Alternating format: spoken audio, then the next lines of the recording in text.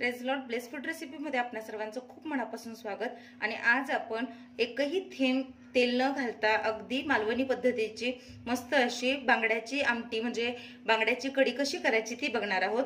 तर इथे मी बांगडे स्वच्छ धुवून साफ करून त्याला मीठ लावून थोडा वेळ ठेवलेलं आणि हे परत धुवून ठेवलेले आहेत। तर कोणताही मासा असू दे तो साफ केल्यानंतर त्याला मीठ लावून ठेवायचं असतं तरच आमटीला चव लागते। तर हे मी मीठ लावून मग स्वच्छ धुवून घेतलेले आहेत। तर एका बांगड्याचे मी 2-2 पीस केलेले आहेत कारण कढीमध्ये अख्खा बांगडा व्यवस्थित लागत नाही। तुम्हाला तसाच ठेवायचा असेल पूर्ण बांगडा तरी तुम्ही ठेवू शकता। तर मी एका बांगड्याचे इथे 2 पीस करून घेतलेले आहेत आणि सोबतच तर हे पहा इथे आपण मच्छी कढीसाठी जे वाटण आहे ते मी तुम्हाला सांगते। तर इथे कांदा घेतलेला आहे इथे 1 वाटी खोबरं। तर जितके तुमच्याकडे मासे आहेत त्या अंदाजात तुम्हाला वाटप करायचं आहे।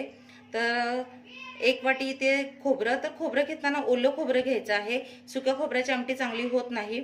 तर हे मस्त ओलं असं वरचं खोबरं खोवून घेतलेलं आहे। त्यामध्ये हा कच्चा कांदा 1 छोटा, थोडासा टोमॅटो, इथे लाल मिरची। तर तुम्ही मिरची पावडर घेतली तरीही चालेल पण लाल मिरचीची कढी खूप छान लागते त्यामुळे इथे मी लाल मिरची घेतलेली आहे। इथे 1 चमचा धने, 5-6 त्रिफळ आणि सोबतच मी अगदी अर्धा छोटा चमचा हळद घेतलेली आहे, 4 पाकळ्या लसूण आणि 1 तुकडा आल्याचा। तर आलं, लसूण आणि टोमॅटो हे ऑप्शनल आहे, प्रत्येकाची कढी करण्याची पद्धत वेगळी असते। तर आमच्या घरी अशी केली जाते। तुम्ही आलं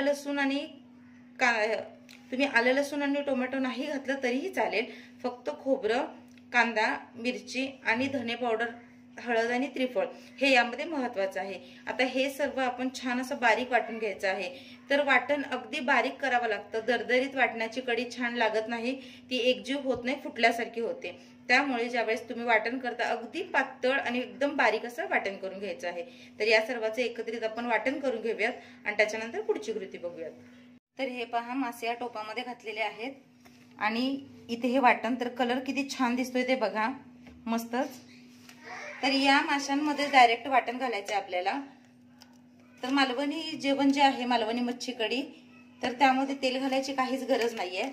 तर जे मासे हिमूस असतात, ज्यांना वास असतो, त्यांना फक्त कांद्याची फोडणी देतात।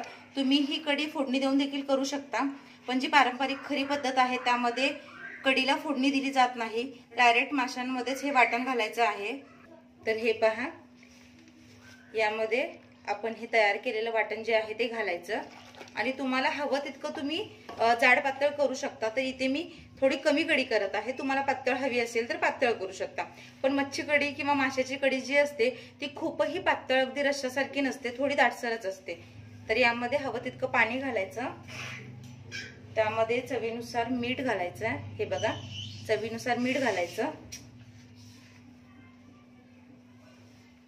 हवं तितकं। आणि महत्वाचं असतं ते म्हणजे मालवणी जेवणामध्ये सोलं म्हणजे कोकमं। तर यामध्ये मी 4 ते 5 कोकमं टाकलेले आहेत, नंतर हवी असल्यास आपण आंबटपणा बघून यामध्ये आणखीन टाकू शकतो। तर हे पहा आणि आता एकदा हे छान असं मिक्स करून घ्यायचंय। फक्त खूप कमी वेळ लागतो मच्छी कढी व्हायला। आणि आता तर हे पहा गॅस सुरू करायचा आणि त्यावर आपल्याला कढी ठेवायची आहे। तर कढीला उकळी आली की आपली कढी तयार होते। याला रश्श्यासारखं खळखळ असं उकळून घ्यायचं नाहीये खूपही वेळ, नाहीतर कढी फुटते किंवा मासे खूप असे विरघळतात, मग माशांना शिजायला खूप कमी वेळ लागतो। त्यामुळे आपल्याला मासे शिजेपर्यंत उकळी काढून घ्यायची आहे। आता कढी जरा गरम होऊ देत।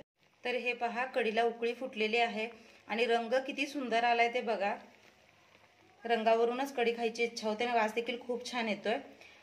तर आता आपली कढी तयार झालेली आहे। खूपही खळखळ असं उकळून घ्यायचं नाहीये, अगदी कमी वेळ लागतो मासे शिजायला आणि खूप अशी एकसारखी सतत ढवळायची देखील नाहीये। हे पहा मासे देखील छान शिजलेले आहेत।